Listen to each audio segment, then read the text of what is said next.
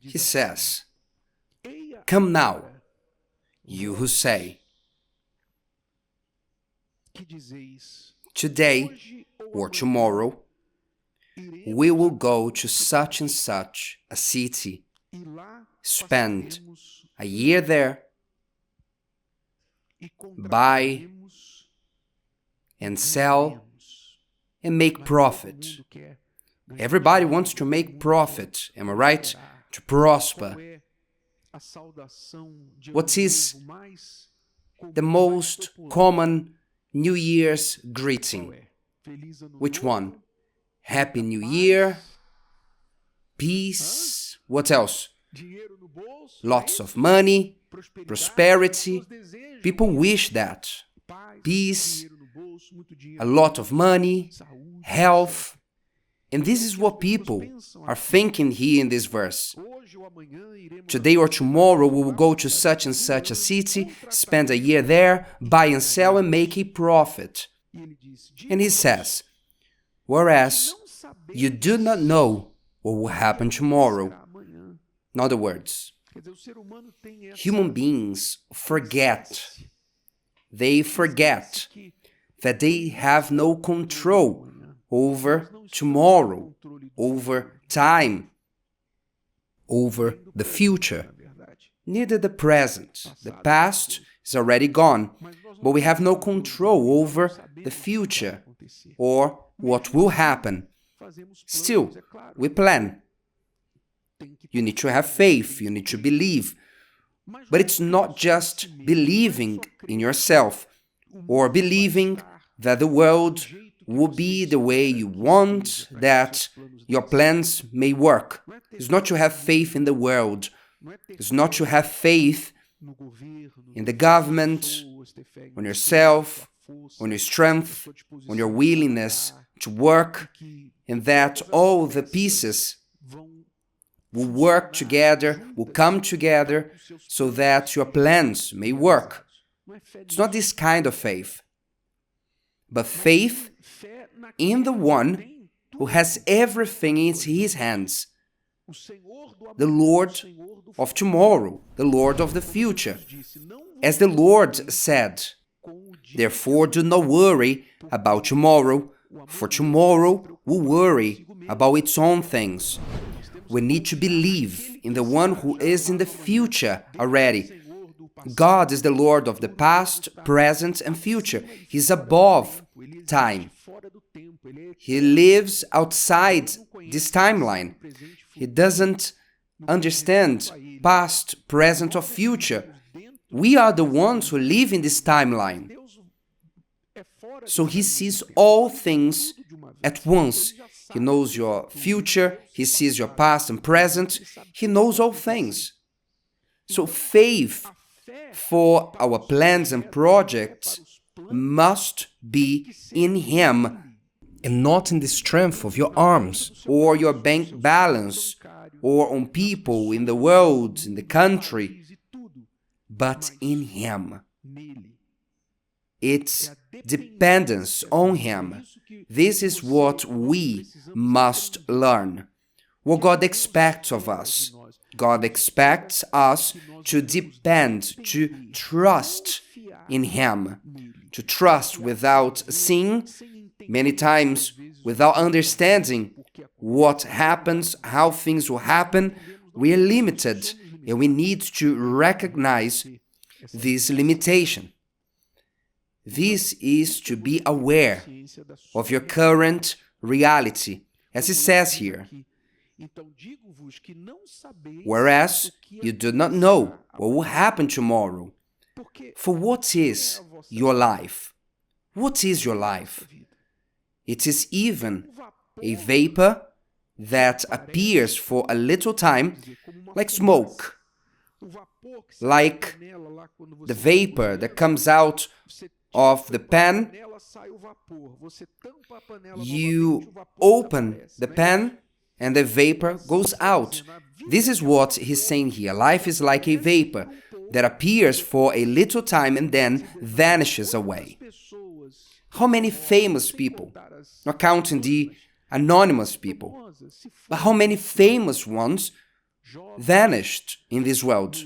Young, middle-aged, old, who were about to go at any moment, but they vanished. And one day, our time will come. When? I don't know. Nobody knows.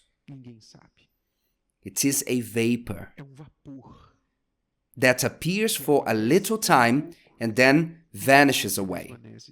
In other words, God is saying that we must be aware of how short our life is. Life is short. Life is fragile.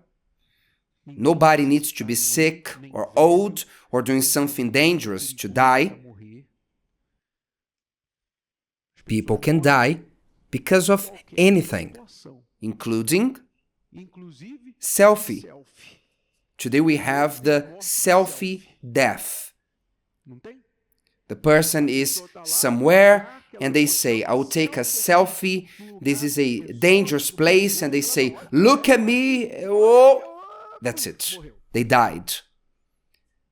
They could never imagine that they would die in that moment. Am I right? So people can die of anything, and you need to be aware of it. The matter is not dying or being alive. The truth of the matter is, where will your soul go? Where will your soul go? You have a soul, and if you make plans for the new year, plans of traveling, I will buy, I will sell, I will study, I will visit such and such place, I will do this, I will lose weight. Anyway, I'll start my own business. You make plans for your physical, material life, personal life. Then I ask you, what are your plans for your soul? What are the plans you have for your soul? Because the plans you might have here, as big as they might be, they will vanish. If you conquer a lot of things in this world, even if you conquer a lot of things, Jesus even said, for will it profit a man if he gains the whole world and loses his own soul? In other words, there's no point of you gaining the whole world and in the end to lose your soul. Because in the end, everything will pass and your soul will remain. You must make plans for your soul. How can I make plans for my soul? Because when my body dies, we'll go back to the dust. My spirit, which is my intelligence, the breath of life that connects the body and the soul, when I die, it goes back to God. It's the breath of life. God is He who gives life. But the soul is me. I'm not this body. You are not that body there. You are the soul that is in this body. This body will age, will go back to dust. But the soul doesn't die. What is the plan you are making for your soul? Well, if you believe in God's plan that He has already set, God has a prepared plan for your soul, a ready plan. What is God's plan? He loved you in such a way that He gave His only begotten Son to replace you, to solve your debts, your problems with God. Yes, you have mistakes. We all fail God. We all cannot reach the level of righteousness expected from God. For example, we cannot reach not even our own expectations about ourselves. Last year, by this time, you had many plans, you had many decisions to make. I will do this and that, I will lose this amount of weight, I will do this and that. You had plans. You set the bar up there. but you didn't manage to reach your own standards. What you expect of yourself, you cannot fulfill. At times, you say, I won't fight with my husband anymore. I won't lose my patience with my child. I will control myself. I won't argue. I won't fight. This never works. You promise to yourself that you won't say a thing. You will be quiet. And you resist for a few days, 1 week, until it comes a time that you explode.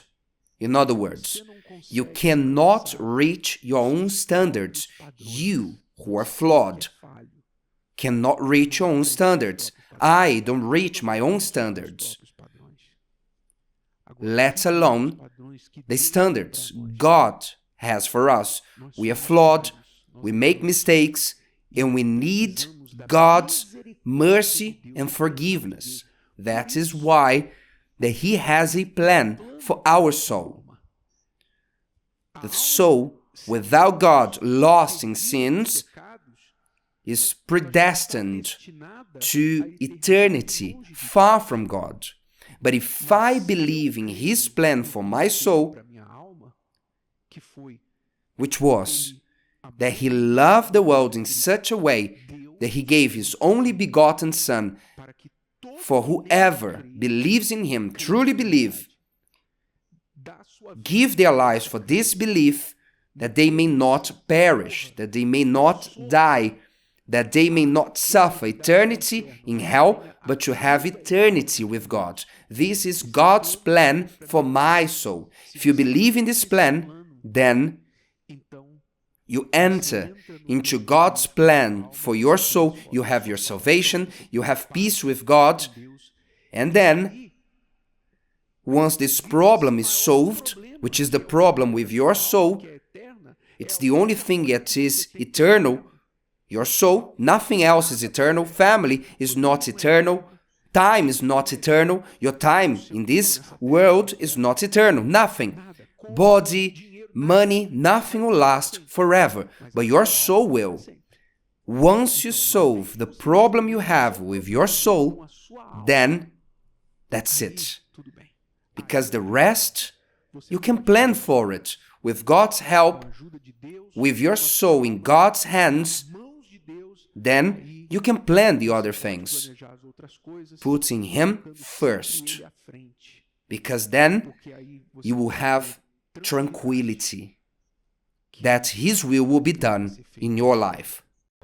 If today's video helped you and you know someone that could benefit from it, share it with them, and if you haven't subscribed to the channel, you may do so now. See you later.